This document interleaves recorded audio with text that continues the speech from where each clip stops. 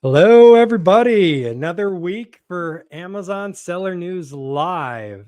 We've got some good news. We've got Amazon Accelerate going on right now. So they're releasing all the bombshells and everything as they typically do at their yearly events that they do. So we've got some cool stuff that could be cool or maybe could be annoying depending on how Amazon integrates it, but that is true usually about everything.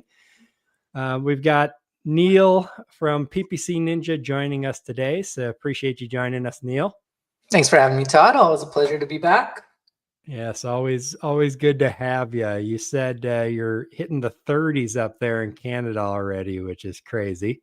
Yep, getting down there. We our leaves are falling off. The fall is here, and expecting snow probably in a couple weeks. Oh wow. Okay. I heard where we used to live in Utah, they've already got snow in the top of the mountains up there, Yep. but they've got some 10,000 foot mountains there, so that makes sense. Here in South Carolina, we're just starting to hit the 50s overnight. So I'm looking out my window here. There's a few like yellow leaves, some red ones that are starting to change. Yeah, I've already done one pass on raking my leaves, so we're in it. Snow's coming, but I mean that's the problem with being so far north, right? Northern Canada, it gets cold early. Yep, for sure. That's why I moved down from Wisconsin to get away from some of that, but I do like the snow. They don't get much here in the Greenville, South Carolina area, 2 inches average a year. But I'm hoping we get some so that I can at least see some snow would be nice. But at least we'll get the nice cool weather and the leaves changing and all that good stuff. Yep. I do have if you don't mind, there is an insights from the Accelerate, and Ritu shared a couple things with me. So Amazon's talking about a AI powered seller assistant. Yes. The creative studio and agent, a product opportunity explorer with AI built into it, and then AI powered custom clearance. So some of the things that the bombs from Accelerate that got dropped. Yeah. Everything is going AI for better or for worse. We'll see how that goes here, but yeah, we can dive into that here. That our first story is actually going to be about the AI seller agent coming in.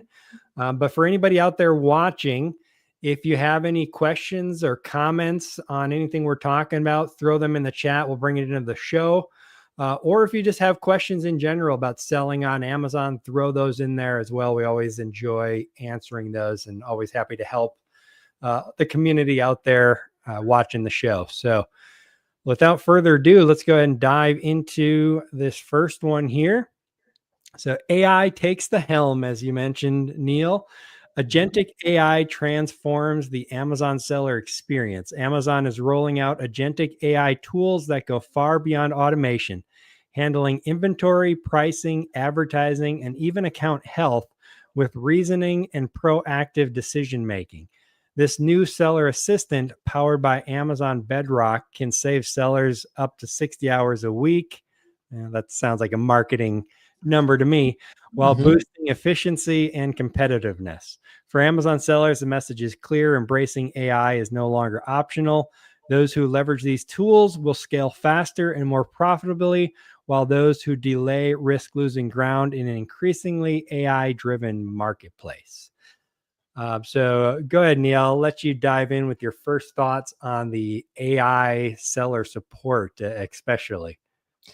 Yeah, so I mean, my first thought is they mentioned taking my job there when they said it can help with advertising. So I'm very interested to see what comes out of this. I do see that they are rolling out lots of new updates in the advertising console. They're coming out very, very rapidly. Last year, we didn't see too many major updates within the advertising console. This year, I think we've seen 5 or 6 major updates, and they're going to keep coming. So it's interesting to see how that works when it comes to an Amazon seller assistant.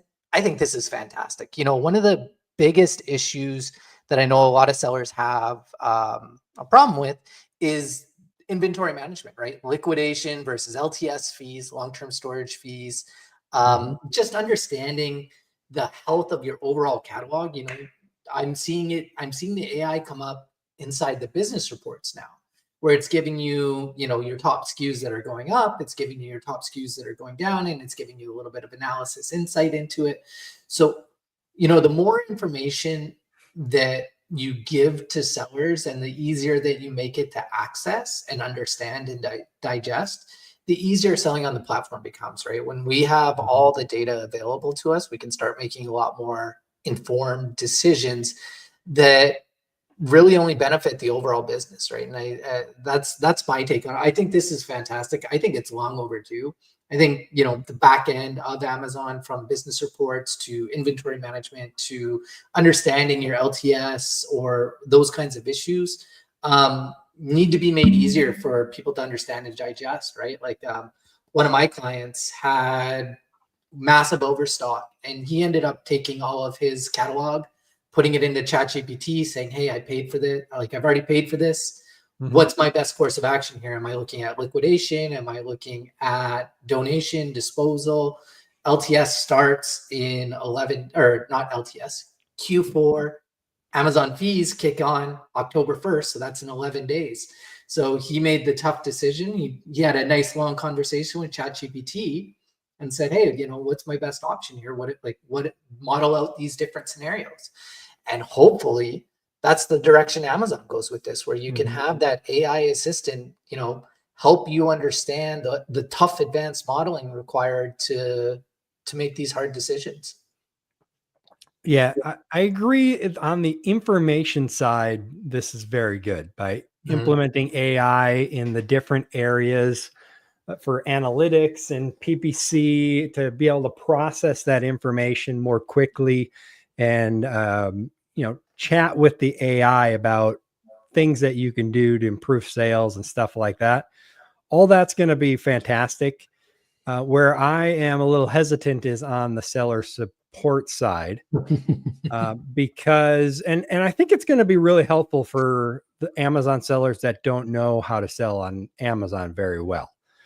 For those basic things, it's going to be really helpful. For people like you and I who are very knowledgeable on the platform, by the time we get to opening up a case, we've already gone through all the basics, right? So I can just imagine now with the AI seller support, we're going to go on there and we're going to describe our problem, and it's going to come back and say, "Did you turn it on and off again?" That's going to be the first thing. It's like, "Yes, of course, I already did that." I'm like 50 steps beyond that already, but it's going to walk you through all that basic stuff that a knowledgeable seller is already going to do. And it's going to be very irritating before you can actually get to real answers or talk to live support. Yeah, you'll have to start off your support request by saying, "I'm 4 hours deep into this. These are the things I've already tried. I'm extremely frustrated. Don't give me a canned response." Yes. And what will you get? A canned response. It's very possible. Hopefully not. With AI, it'll be able to learn and get smarter over time. So hopefully Amazon isn't limiting it. But I can definitely see Amazon using it as like a scapegoat. And if you get to real seller support, it'd be like, "Oh, sorry, AI says we can't do it, so we can't do it," kind of thing, and blame it on the AI system as to why they're not able to do something. I know you're a big Grok guy, and I'm a GPT guy myself.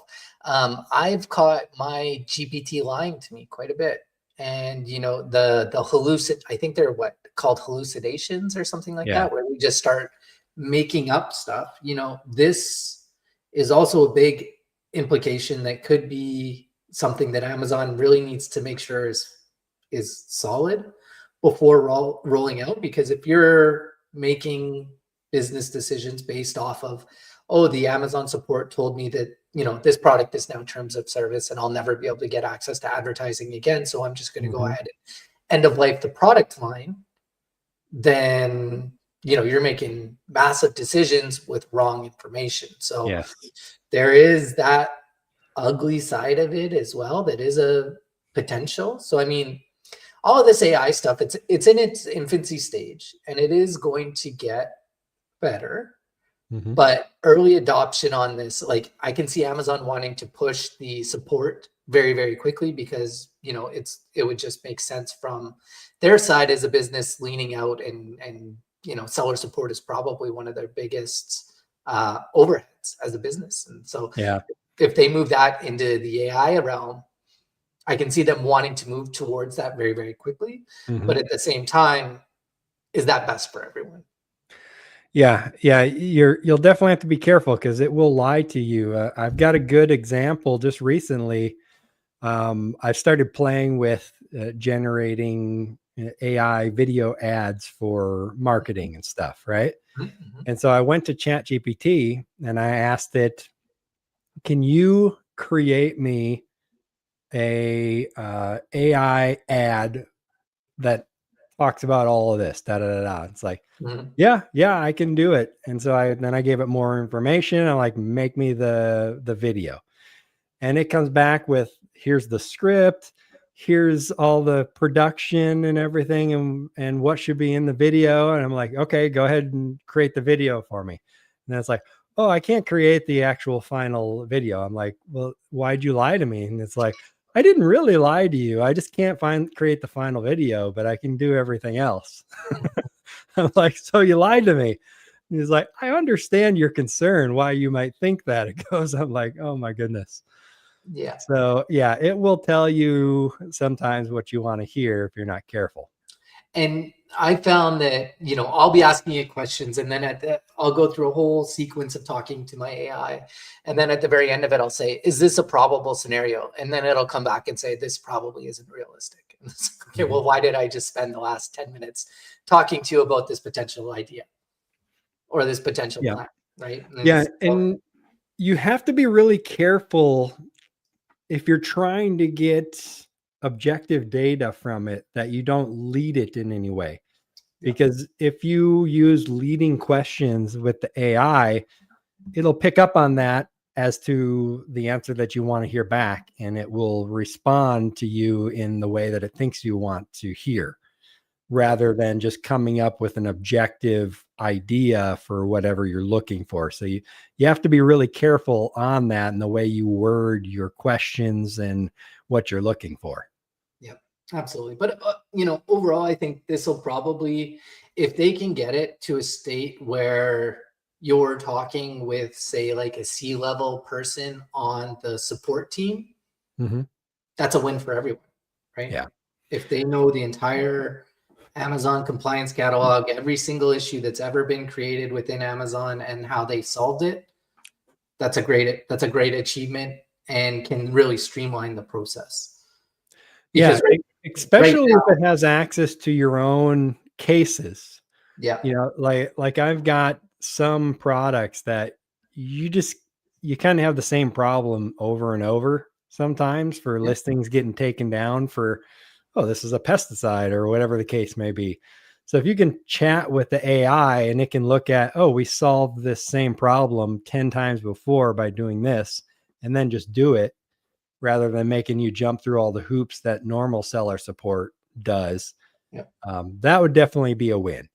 yeah, If they try to use it as a blockade of you getting things done and talking with real seller support, then it could be a step in the wrong direction for more advanced problems that you deal with.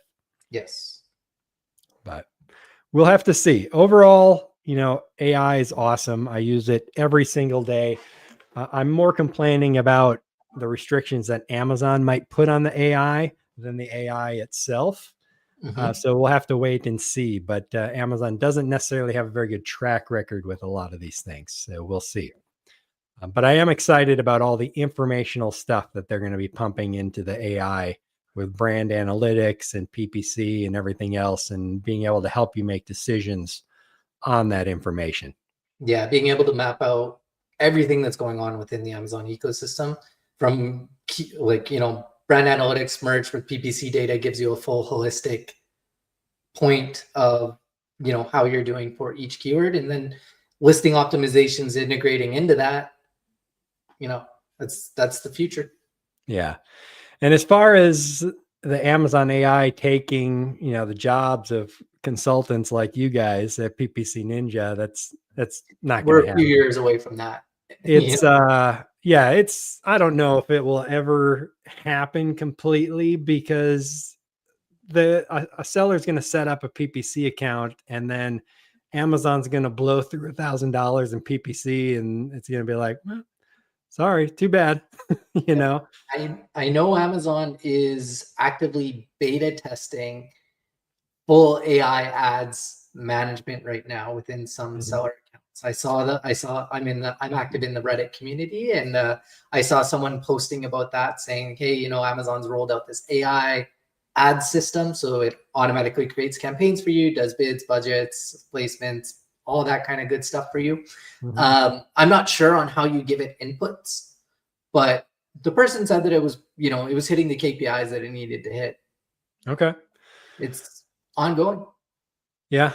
I think that's good. It's it's going to be an ongoing thing. Like you said, there's always going to be a need for people to help with this kind of stuff, because some people are not going to want to deal with the AI and figure that out anyways. So you're always going to have people like that, but it's just going to make you guys more effective at what you do as well. Absolutely. Being able You to think work about with it, like the software's out there. They already do a lot of this stuff, right? So realistically, Amazon's behind on bringing this into their platform, where, 3P or software as a service companies has had these for years.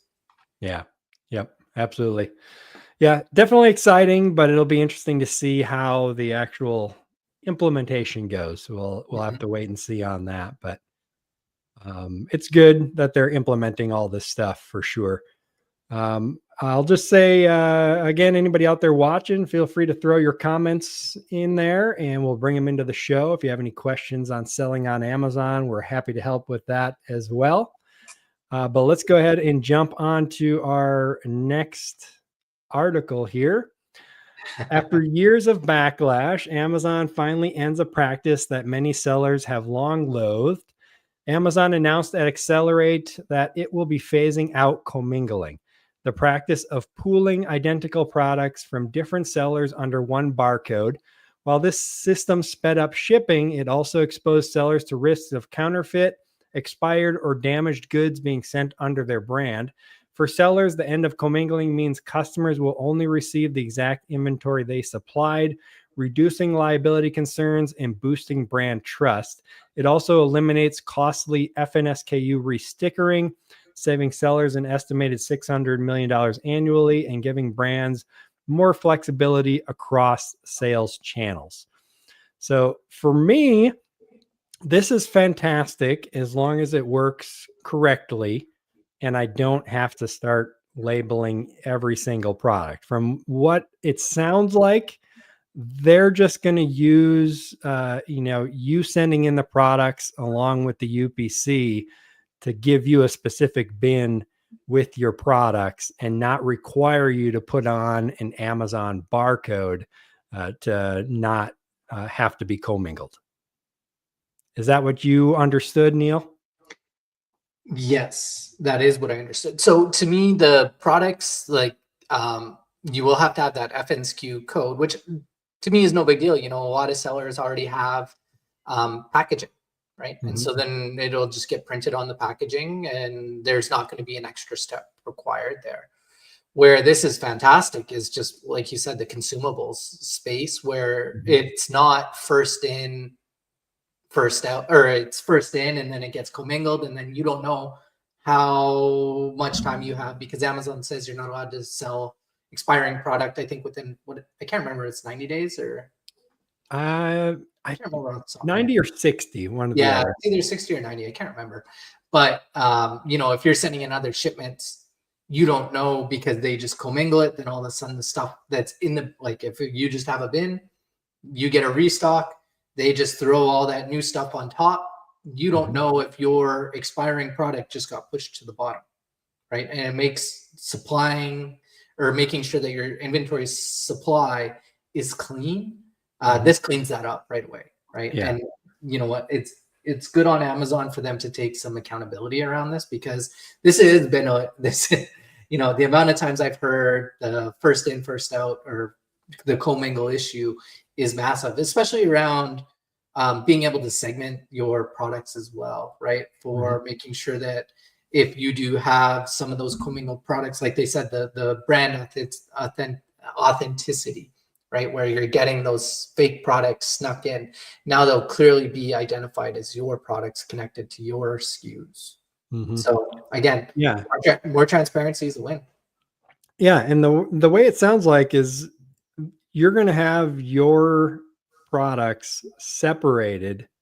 Yep. And you're not going to need an FNSKU label specified on the product. Even if you send it in with just the UPC, it's still going to be separated into your own inventory bin. And that's the inventory that will sell under your account. So for products that are moving on the wholesale model, that would mean you would get your own bin then, because those are also commingled, right? Yeah, that's the way I understood it, because it says here in the article that, their logistics have gotten to the point now where they don't need the FNSKU labels to know whose inventory is whose. Yep. And that's a win, right? Yeah, that'll be major. That was the first worry when I seen this. I'm like, oh man, am I gonna have to start putting labels on everything? Because I direct ship a lot of products from the brands that I partner with, right? And I don't want to have to make them put labels on everything. A lot of these companies I have exclusives with, so I'm the only seller anyways. Yep. And now having to make them take that step of putting labels on, they're not going to like that too much. So when I read deeper and I seen that, okay, so you're still going to be able to send it in with UPC only, and you're still going to not be commingled. You'll have separate bins for your product. That'll be very beneficial. Yep. So I'm looking forward to this for sure. I forget when they said it's coming. I don't know if they gave a date in here or not. I don't see a date. I think it might have been beginning of next year. Over the years, past year, many years. Yeah, I don't see exactly the date when it's going to happen, but it's going to be very beneficial and make things a lot easier for companies, especially brands, like you said, who didn't want their inventory commingled with resellers' inventory, which may or may not be up to the standard that they are requiring. Yep. For sure. All right, cool. Let's go ahead and move on to the next article here. Netflix and Amazon team to turn streamers' programmatic offering upside down. Netflix and Amazon ads are partnering to bring Netflix ad inventory into Amazon's DSP starting Q4 2025. So essentially right now, across major global markets, including the US, UK, Canada, Germany, and more. This move allows advertisers to buy Netflix ads programmatically with Amazon's advanced targeting and measurement tools. For Amazon sellers, the partnership expands opportunities to reach Netflix's massive engaged audience through Amazon's ad platform, blending retail media insights with streaming inventory. This creates new potential for brands, storytelling, and performance marketing in one of the fastest growing ad channels. So this is your world, Neil. I guess a couple questions for you. First, what do you think about this? And what is your current experience on how good ads do on Amazon TV when they're streaming ads there? So we've spent some money on Amazon TV, and it's not great. So my personal experience running these ads, as a consumer, as someone who's sitting on the couch watching Amazon Prime, and it says, hey, this video or this program brought to you with a 30-second ad prior to, and you get hit with like 4 ads before your program starts. Yep. I think about what I do. I think about what my wife does. I think about what my friends do. We get up, we go to the bathroom, we get up, or we pick up our phone, we scroll for 30 seconds to a minute, and we do everything but look at the TV. So that's part of the problem with this is, we're so used to being, as a consumer, the amount of ads we see in a day is it's excessive, right? Like we're exposed to, I saw a study on it. I can't remember the exact number of ads that you are exposed to every single day, but it's absolutely astronomical. And so you become very fatigued to this, right? And so when you have an opportunity where it's like, okay, I know for the next minute, 30 seconds, they're serving me an ad. I've already seen 500, 1,000 ads today. I'm going to check out. Right? Yeah, it's very annoying, that's for sure. Right? And that's where we're at right now. So I think that's typical consumer behavior when you're getting ready to sit down and watch a show. It's, oh, here's the ads, scroll, and you can get hit with the ads on your phone versus the ads on your TV.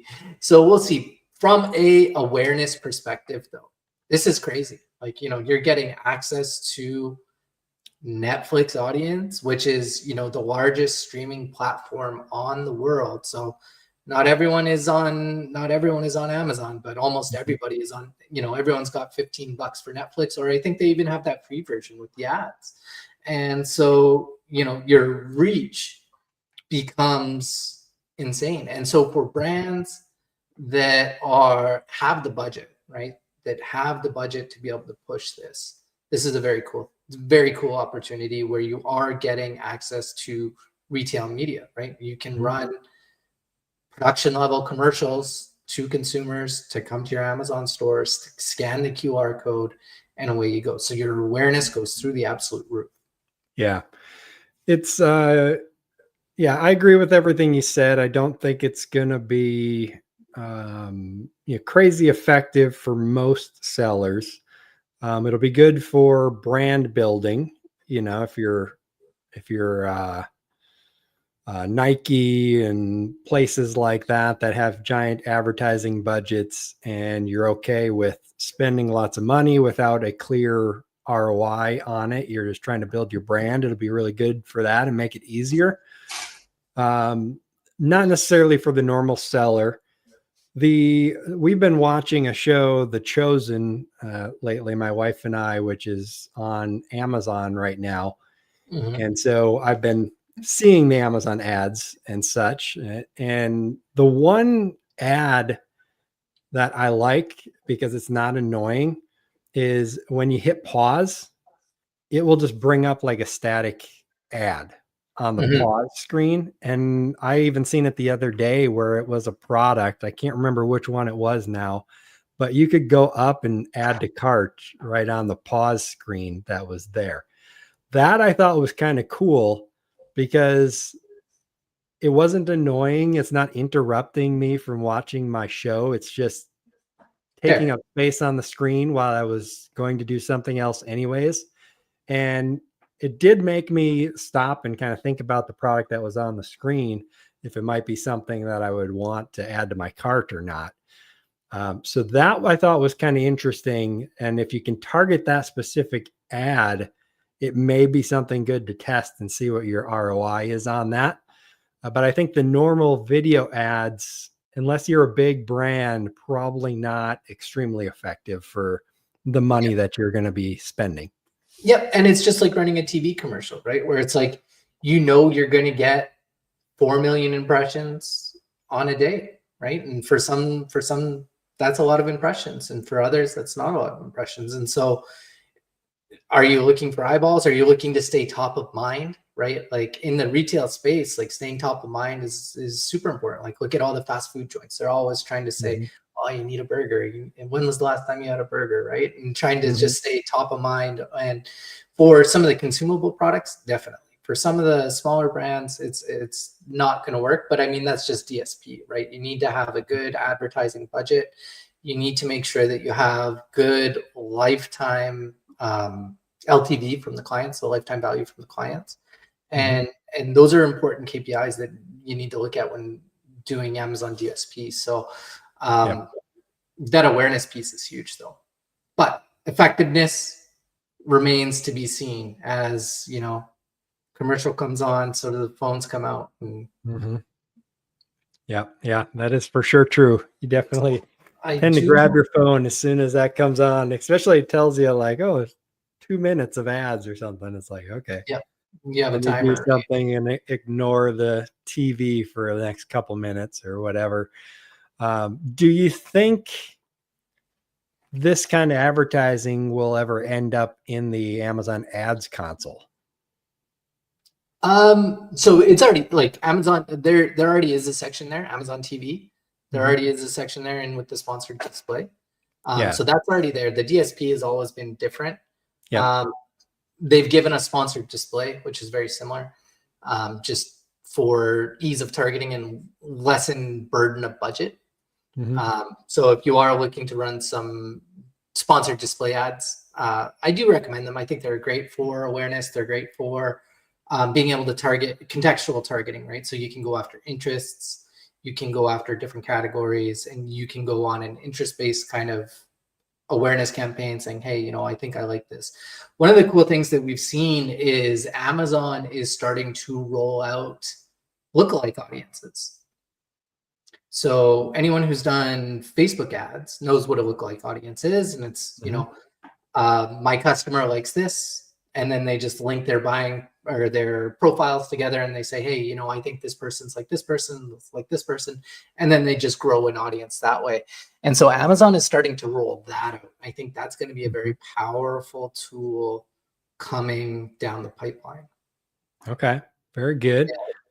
Yeah, what would be really interesting is, so since they're partnering, if Amazon got some kind of insights into the Netflix customers and you were able to say, hey, run this ad to anyone watching Netflix that visited my product page and didn't buy. Yeah. If you could target that specifically, that would be probably worth testing out and seeing how it goes, even if you're just a smaller brand. But I got a feeling that's not going to be that targeted. That kind of targeting may end up in a lawsuit for sharing data across the two companies. But that would be pretty cool if you were able to do that. Yeah, absolutely. And that's where my mind went. It was like, how do they connect these two platforms together, right? Mm-hmm. Like Amazon would have to give up all of that data to Netflix to be able to link profiles together. Yep. And then you would have two profiles merging into one, two mega companies sharing data. I'm sure that's against a lot of FTC laws. Yep. And who knows where that goes. Yep. Yeah. At the same time, they could, you randomly get one of those pop-ups that say, hey, we've updated our agreement. Accept. Feed it in. What are you going to do? You're just going to hit accept. You're not going to read that, hey, we're going to give all your data to Amazon and vice versa. So I just threw up a GPT query and I said, how many ads is the average person exposed to in a day? You want to take a guess? I would say probably at least 1,000. So it says many sources say people are exposed to 4,000 to 10,000 ads in a modern digital and physical environment. Wow. Per day. Per day. Yeah, that's crazy. That's a lot of noise. Yeah, that's a lot. But I mean, you'd think if you're out in the world, billboards, posters, all those kinds of things, right? Everywhere you go. Yep. So yeah, they pop up everywhere, ads. I mean, they've figured out ways to put them in just about every place. So I saw an interesting one I think it popped up on Reddit, where over in China, if you're using a public bathroom, you had to watch an ad in order to get access to toilet paper. Seriously? So oh my goodness. Who knows? That could be coming down the pipeline. I know BMW is experimenting with ads in their, like, watch an ad to activate your car starter, I think, or something. No, they were doing a subscription model. Yeah, I don't think that one went very well. Someday you'll go into a gas station, you got to use the bathroom, and it's like, watch this quick advertisement from Chevy, and then you'll get access to the bathroom code. The Oh future boy. is wonderful. The future is wonderful. Yeah, very good.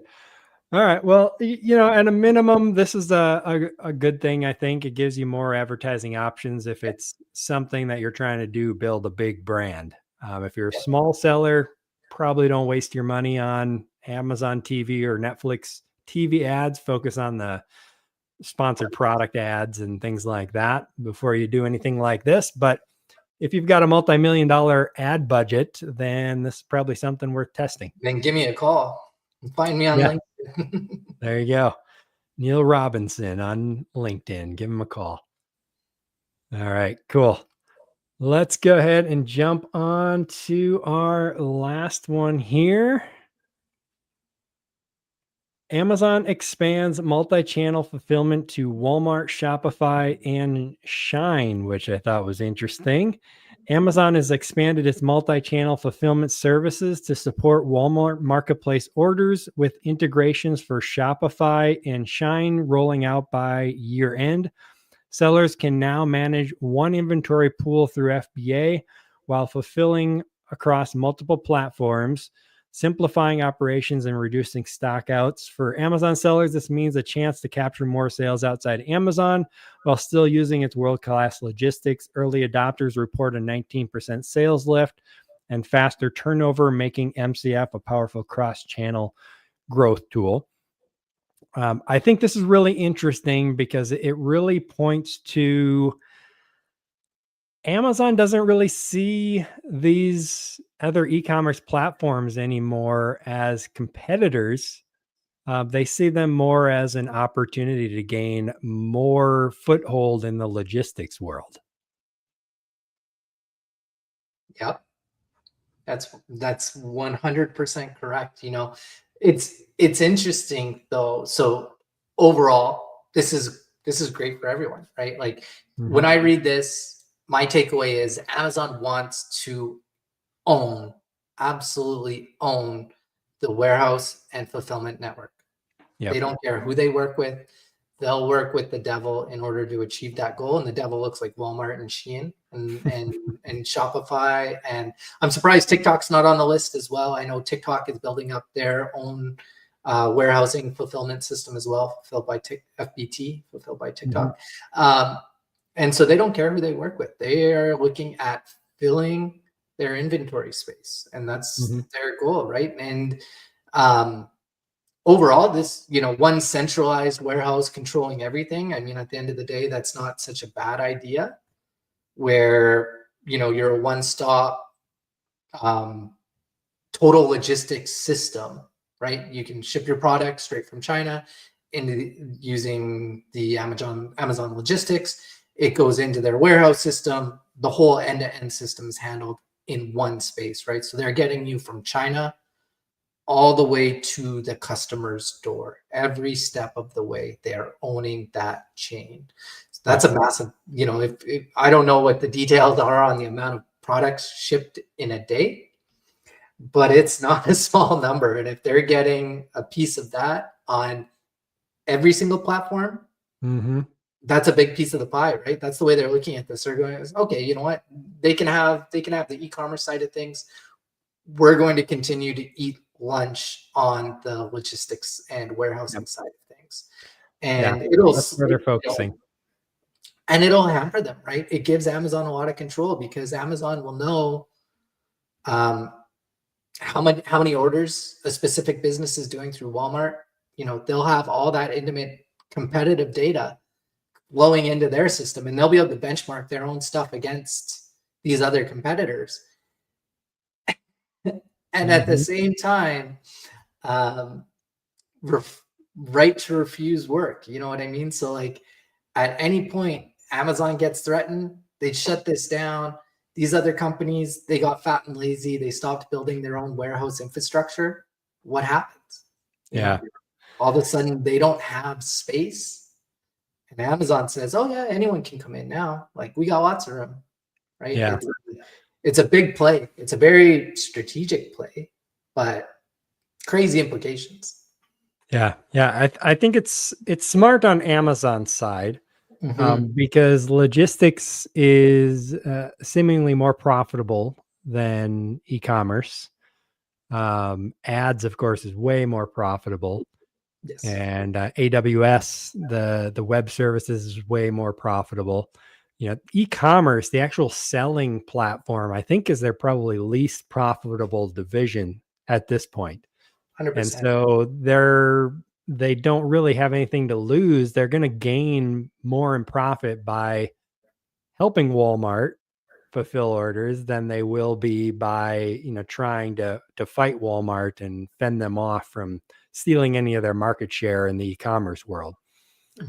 And I think what this will eventually lead to is, well, one, I think you'll have lawsuits for monopoly.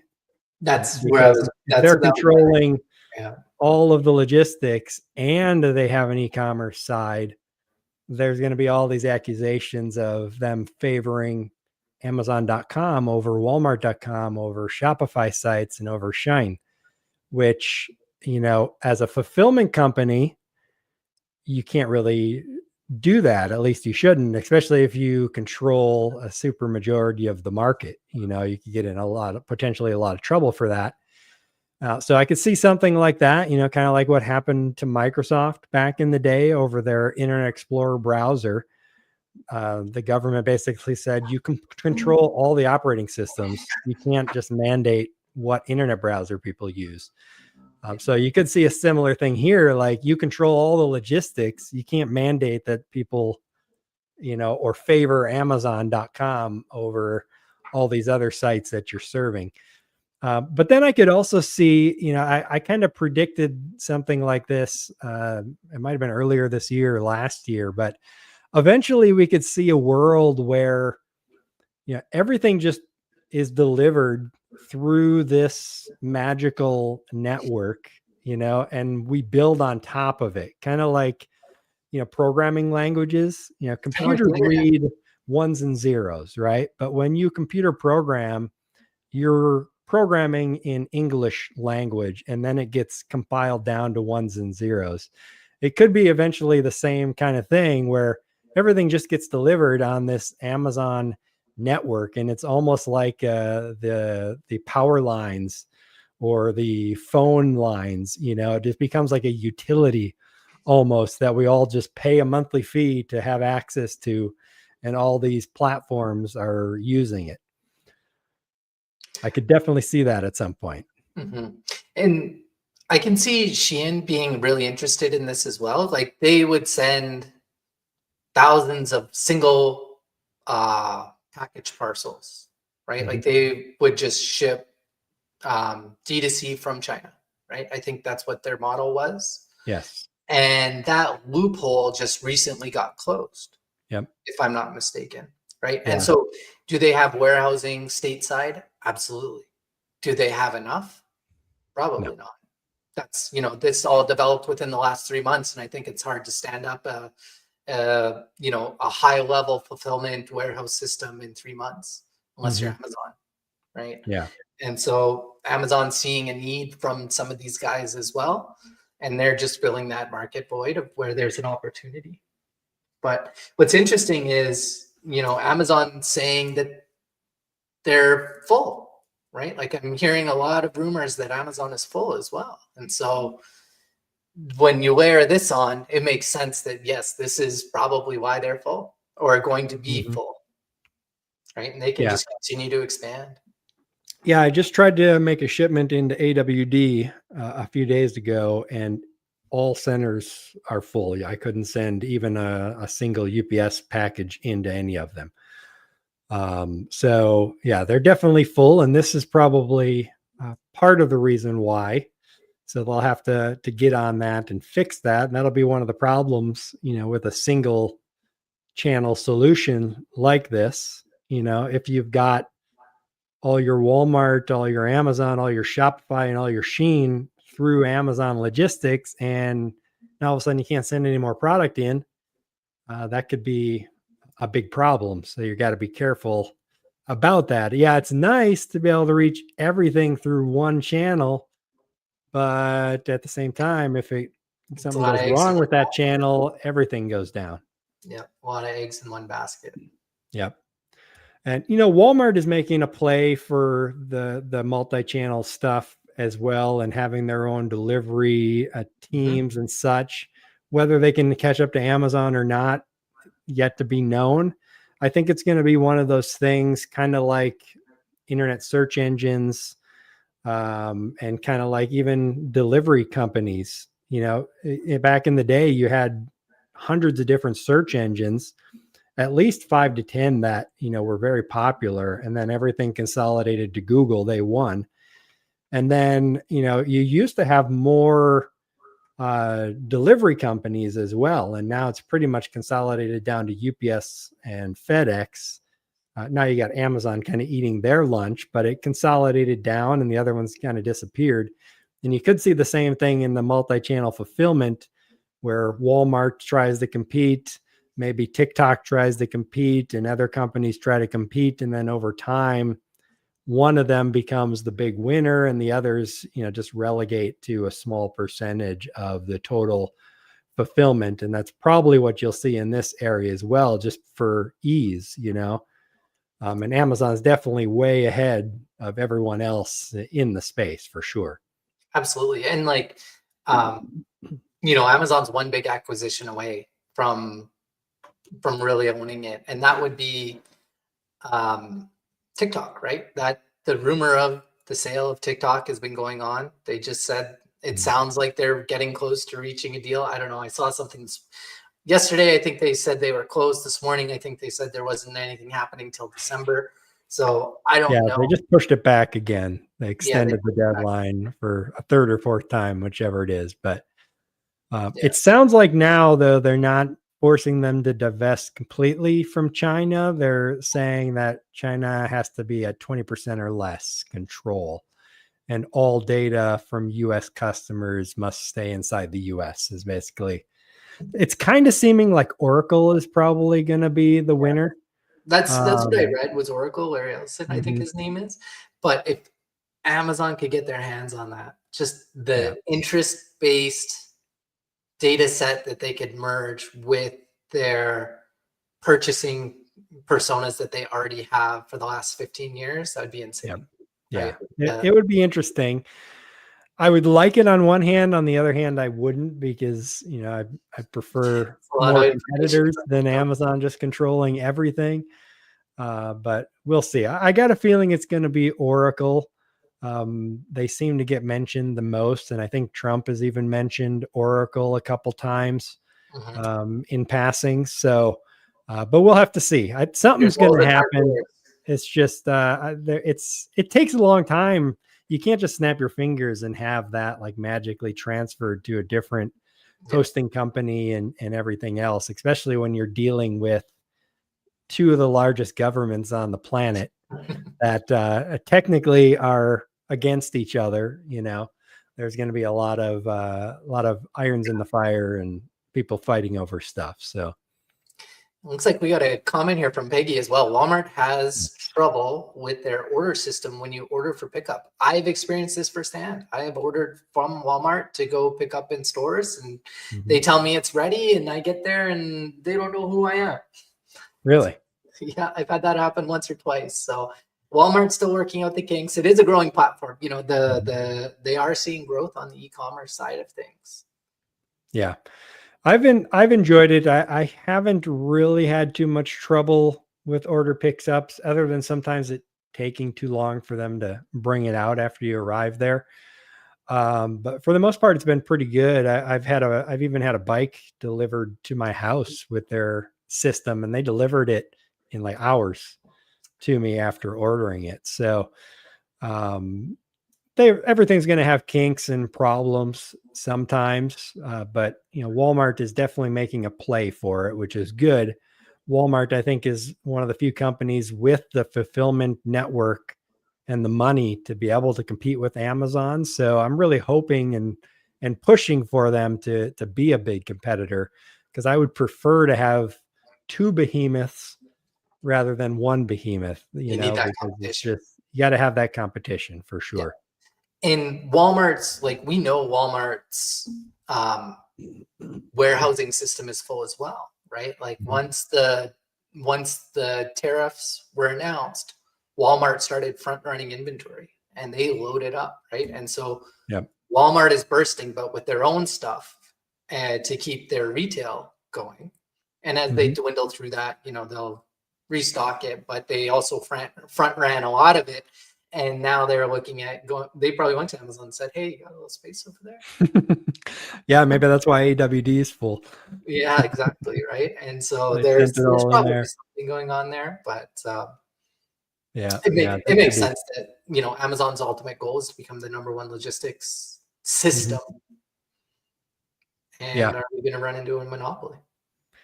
Yeah, yeah. Right now, they're by far way ahead from Not even. everyone else. Amazon or Walmart is a distant second place. Hopefully, they can grow up and be more than a distant second place. The interesting thing would be if Amazon ever allowed Walmart fulfillment services to deliver Amazon packages and what that would look like. That would be an interesting thing to happen if it was to ever get that big of a battle. Yeah. I don't even know how that would shape out. That's a Yeah, wild thought. yeah, for sure. All right, cool. So I don't see any other questions in the chat, so we can go ahead and wrap it up there. Appreciate you coming on the show, Neil. Always fun to have you on. We'll definitely have you on again soon. Peggy, thank you for the question, and everybody else out there that I see that is watching. I appreciate you watching the show. We do this every Friday at 1 p.m. Eastern. So hope you'll join us again. And until then, everybody have an awesome weekend. Have a great weekend. Thanks a lot.